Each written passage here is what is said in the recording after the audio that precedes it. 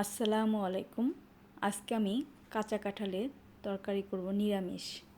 প্রথমে আমি আলুগুলো ছোট ছোট কিউব করে কেটে নিয়েছি। এটি তেলে ভালো করে লাল করে ভেজে নেব। ভাজা হয়ে গেলে সবগুলো আলু উঠিয়ে নিচ্ছি।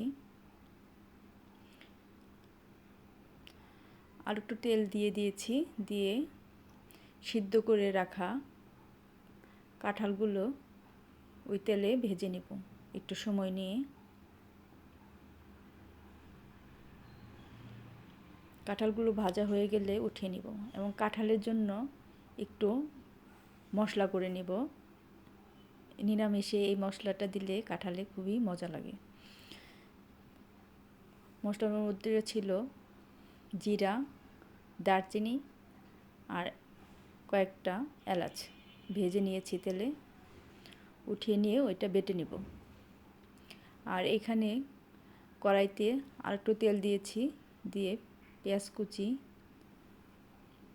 কাঁচামরিচ ভালো করে ভেজে নিয়ে আদা রসুন এবং পেঁয়াজ বাটা দিয়ে ভালো করে নেড়ে কষিয়ে নিয়েছি। এখন আমি মশলাগুলো দেব।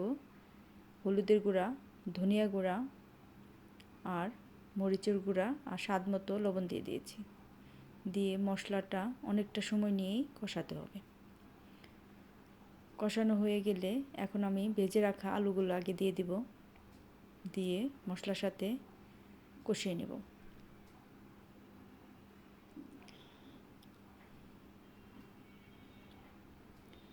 কষানো হয়ে গেলে এখন আমি ভেজে রাখা কাঁঠালের গুলো দিয়ে দিচ্ছি, দিয়ে ভালো করে মশলার সাথে কষিয়ে নেব। ভালো করে নেড়েচেড়ে মশলার সাথে মিশিয়ে নিতে হবে।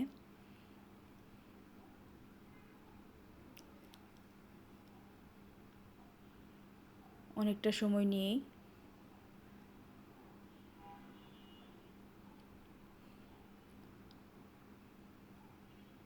এভাবে অনেকটা সময় নিয়ে কষাতে হবে।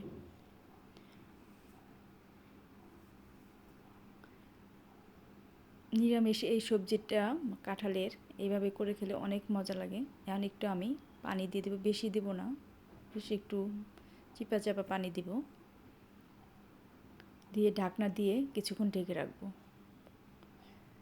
এই যে আমি বেটে রেখেছি জিরা, দারচিনি, এলাচ বেটে, সেই মশলাটা দিয়ে দিলাম এখন, দিয়ে ভালো করে কাঁঠালের সাথে মিশিয়ে নেব।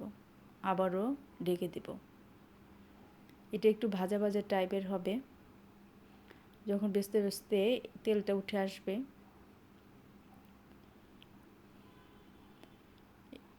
এভাবেই অনেকটা সময় নিয়ে নেড়ে চেড়ে ভাজতে হবে। হয়ে গেল আমার কাঁচা কাঁঠালের তরকারি নিরামিষ।